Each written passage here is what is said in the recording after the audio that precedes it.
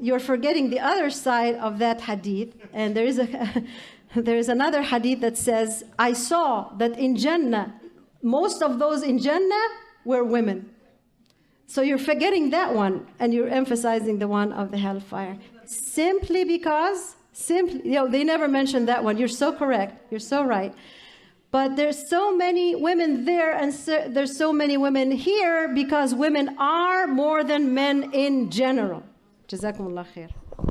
तो जब इससे क्वेश्चन पूछा गया तो ये क्वेश्चन का मजाक उड़ाते हुए ये कह रही है कि आपने हदीस का आधा हिस्सा देखा है लेकिन बाकी का आधा हिस्सा नहीं देखा।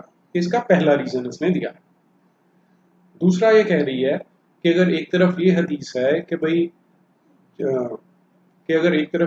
है कि जहन्नुम में ज्यादा लेडीज होंगी, तो दूसरी हदीस ये भी है कि जन्नत में भी महिलाएं ज्यादा होने वाली हैं। There will be more women in paradise also. और तीसरा रीजन ये दे रही है कि क्योंकि महिलाएं वैसे ही ज्यादा होती हैं इसलिए वो मेजॉरिटी में रहेंगी। अब ये इतना ज्यादा झूठ बोलते हैं कि कभी कभी तो हैरानी होती है कि लोग अपने आप को शीशे में देखते कैसे होंगे। लेकिन एनीवे, पहली चीज तो जो इसने कही कि महिलाएं ज्यादा होती, ये इस्लाम वाले, ये जो जिहाद लॉबी है, ये हमेशा ये झूठ बोलते हैं कि क्योंकि जो लेडीज हैं हमेशा ज्यादा होती हैं इसलिए हमें 4 शादियां करने की परमिशन मिली हुई है, या इसलिए जन्नत में और जहन्नुम में वो ज्यादा होने वाली है। तो पहले हम इसके आंकड़े देखते हैं। दुनिया भर में जो वर्ल्ड हेल्थ ऑर्गेनाइजेशन है, जो यूनाइटेड नेशंस की संस्था है, वो ये बताती है कि संसार भर में मनुष्यों में, ह्यूमन बींग्स में जो मेल हैं, जो मर्द हैं, उनकी रेशो फीमेल से ज्यादा होती है कि अगर 105 लड़के पैदा हो रहे हैं तो 100 ही लड़कियां पैदा होती हैं। अब इससे आपको ये क्लियर हो जाना चाहिए कि नेचर में अगर ऐसी डिस्क्रिमिनेशन है मेल टू फीमेल की, तो वो महिलाओं के फेवर में नहीं है, वो पुरुषों के फेवर में है। पुरुष ज्यादा पैदा होते हैं। तो पहला तो इनका ये आंसर हम गलत प्रूव कर रहे हैं।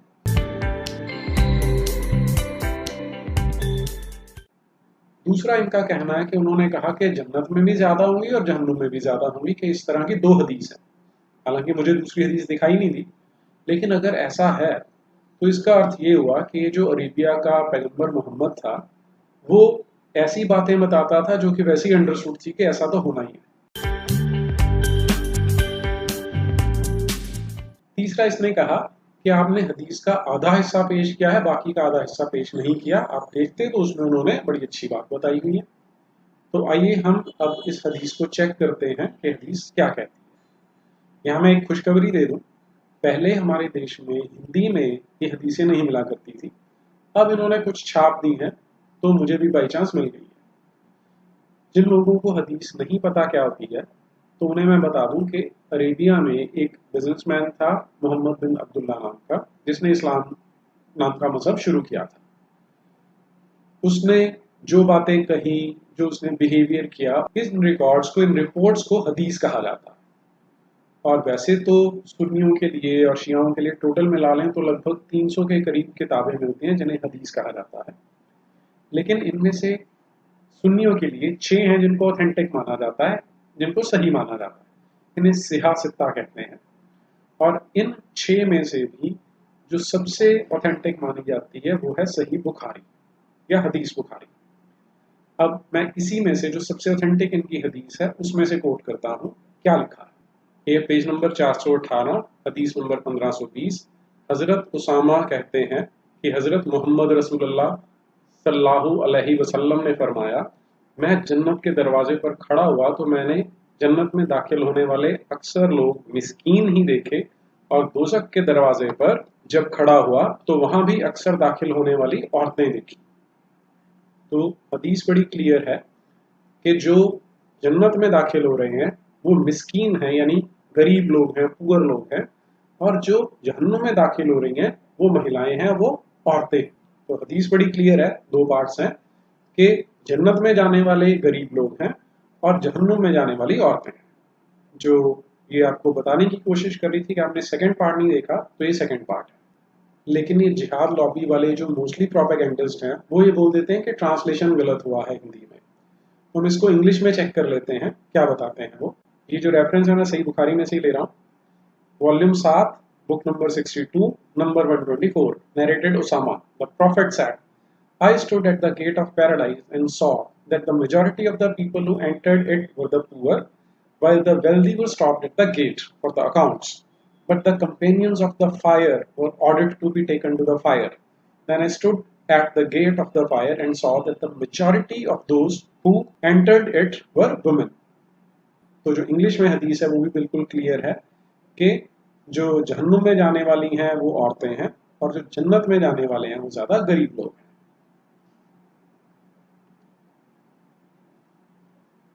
इसी से मिलती जुलती एक और हदीस है यहीं पर बुखारी में, वो भी पढ़ के सुनाता हूँ।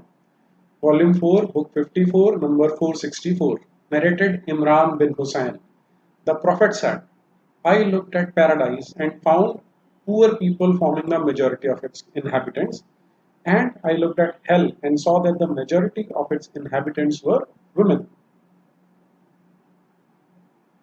एक बार फिर से क्लियर हो जाता है कि क्या कह रहा है।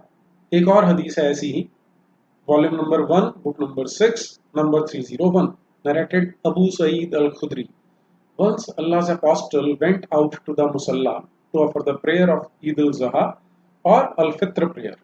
Then he passed by the women and said, O women, give alms, as I have seen that majority of the dwellers of hellfire were you, women. अब यहाँ पर हमारे लिए ध्यान देने की जरूरत क्या है कि वो जो लेडी रीजन बता रही थी कि महिलाएं ज्यादा होती हैं, यहाँ पर जो पैगंबर मोहम्मद है वो बड़े क्लियरली बता रहा है कि क्या कारण है, उसे देखिए। They asked, Why is it so, O Allah's apostle? He replied, You curse frequently and are ungrateful to your husbands. I have not seen anyone more deficient in intelligence and religion than you. A cautious, sensible man could be led astray by some of you. The woman asked, O Allah's apostle, what is deficient in our intelligence and religion? He said, Is not the evidence of two women equal to the witness of one man? They replied in the affirmative. He said, This is the deficiency in her intelligence. Isn't it true that a woman can neither pray nor fast during her menses? The woman replied in the affirmative. He said, This is the deficiency in her religion. तो ये जो हदीस number 301 है, इसमें जो Arabia का पैगंबर था मोहम्मद बिन अब्दुल्ला, वो 3 मेजर कारण बता रहा है कि क्यों जो लेडीज हैं, जो महिलाएं हैं, जो मुस्लिम लेडीज हैं, वो नर्क में जाने वाली हैं। तीनों को एक एक करके चेक करते हैं। पहले तो बड़े क्लियरली बोला है कि majority of residents of hell fire were you, कि मेजॉरिटी ऑफ लेडीज जो जहन्नुम में है, ये क्लियरली बोला। फिर रीजन क्या बताया?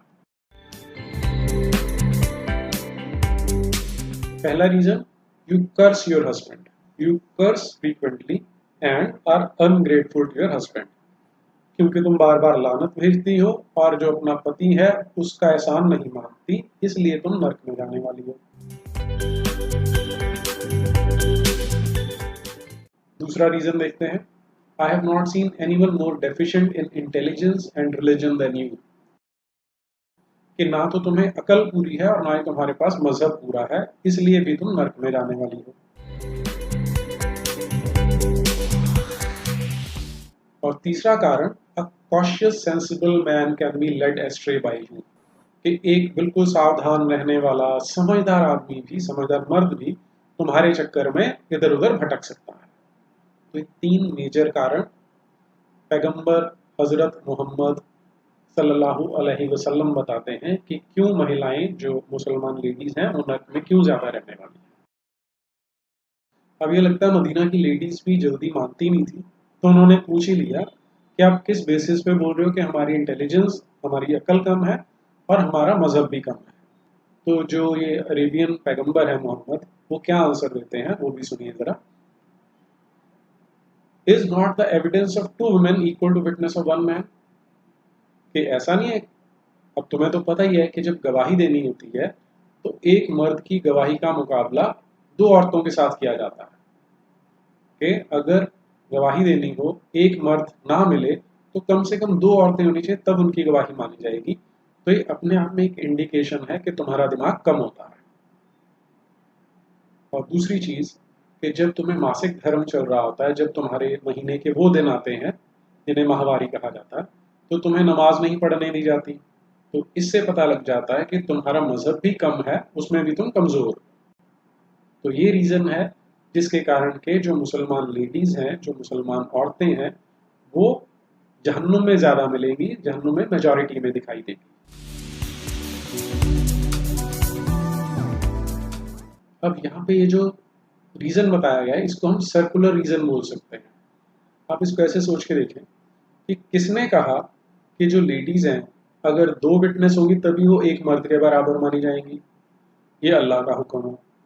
तो अल्लाह ने उनको इसके इक्वल पुट कर दिया कि एक मर्द दो औरतों के बराबर है इंटेलेक्ट में, अकल में, और इसी से ये साबित कर दिया कि इनकी अकल कम होती है। तो एक से दूसरा दूसरे से पहला निकलता है, इसलिए हम इनको सर्कुलर लॉजिक कहते हैं। दूसरी चीज, अब ये माहवारी या मासिक धर्म दिया किसने? अगर अल्लाह है बनाने वाला तो अल्लाह ने, या कुदरत बनाने वाले तो कुदरत ने। इसमें महिलाओं की क्या गलती है, इसके बारे में कोई स्पष्टीकरण यहाँ पे नहीं दिया गया है। फिर एक और इससे ज्यादा डिटेल में दी गई हदीस है, उसे भी देखते हैं। वो भी इसी में बुखारी में मिल जाती है हमें, वॉल्यूम 7 बुक नंबर 62 नंबर 125। लंबी हदीस है। हमें इसमें जो अपना रेलेवेंट पोर्शन है, वो लास्ट वाला जो पैराग्राफ है वो है, मैं उससे शुरू करता हूँ। He said, I saw paradise, or paradise was shown to me, and I stretched my hand to pluck a bunch of grapes, and had I plucked it, you would have eaten of it as long as this world exists. तो जो ये Arabia का पैगंबर मोहम्मद है, उसको लोग घेरे हुए थे, वो कुछ एक्टिविटी कर रहे थे। तो क्वेश्चन पूछने पर उसने आंसर दिया कि मैंने अभी अभी जन्नत देख रहा था, और जन्नत में से मैं अंगूरों का एक गुच्छा तोड़ने लगा था। अगर मैंने वो तोड़ लिया होता तो तुम जब तक दुनिया रहती तब तक इन अंगूरों को खा सकते थे, इनको एंजॉय कर सकते थे। लेकिन एनीवे, वो अंगूरों का गुच्छा तोड़ा नहीं था, इसलिए ये बेचारे खा भी नहीं पाए। आगे वो क्या कहते हैं? Then I saw the hellfire, and I have never before seen such a horrible sight as that, and I saw that the majority of its dwellers were women. फिर मैंने जहन्नुम की आग देखी, ये बड़ा ही भयंकर नज़ारा था, ऐसा मैंने कभी नहीं देखा। और उसमें मेजॉरिटी, उसमें ज़्यादातर जो था वो औरतें थी, वो महिलाएं थी। तो जो आसपास लोग थे उन्होंने पूछा कि इसका कारण क्या है? तो ये जो पैगंबर मोहम्मद बिन अब्दुल्ला हैं, वो बताते हैं ड्यू टू देयर अनग्रेटफुलनेस, कि क्योंकि एहसान फरामोश होती हैं, एहसान नहीं मानती। तो आसपास वाले लोगों ने आगे पूछा कि एहसान नहीं मानती तो क्या वो अल्लाह के लिए अनग्रेटफुल हैं? तो कि वो अल्लाह का एहसान नहीं मानती। तो इसके बाद जो ये पैगंबर हैं वो क्या आंसर देते हैं वो सुनिए। They are not thankful to their husbands and are ungrateful for the favours done to them. Even if you do good to one of them all your life, when she seems some harshness from you, she will say I have never seen any good from you. इन महिलाओं को आप जितना मर्जी अच्छा कर दो, जो मर्जी करते रहो, सारी उम्र करते रहो, लेकिन एक दिन अगर आप हार्श हो जाते हो, अगर एक दिन आप उनको क्रोधित हो जाते हो, तो ये कहना शुरू कर देते हैं मैंने तो तुम्हारे अंदर एक भी खूबी नहीं देखी। ये वैसे इस तरह का तो देखने को मिलता है, लेकिन बहरहाल जो जस्टिफिकेशन है वो यही है कि क्योंकि ये अनग्रेटफुल हैं, एहसान फरामोश होती हैं पतियों के लिए, मर्दों के लिए, इसलिए ये ज्यादा से ज्यादा नर्क में मिलेंगी, जहन्नुम में पाई जाएंगी, क्योंकि अल्लाह इनको जहन्नुम की आग में धकेलेगा। अब ये सारी ऑथेंटिक हदीसें हैं, इंग्लिश में भी हिंदी में भी, आप जहाँ चाहें इनको देख सकते हैं। मैं लिंक यहाँ पे दे ही रहा हूँ, सबकी रेफरेंस मैंने मेंशन कर दी है। अब मेरी रिक्वेस्ट सभी से ये है, स्पेशली मुस्लिम महिलाओं से रिक्वेस्ट है कि आप देखिए कि अगर आपको मजहब में रखने के लिए इस तरह के झूठ का सहारा लेना पड़ता है, तो कहाँ तक सही है और क्या आपको इस तरह के मजहब में रहना चाहिए। अगर आप रहना चाहते हैं तो आपकी इच्छा है, लेकिन अगर आप छोड़ना चाहती हैं तो आपके लिए बहुत सारे दरवाजे खुल सकते हैं। आपको ये देखना चाहिए कि कहाँ पर अंधविश्वास फैलाया जाता है, कहाँ पर झूठ बोला जाता है और उसके अगेंस्ट कहाँ पर सच की बात की जाती है। तो आज की इस वीडियो में इतना ही। नमस्ते।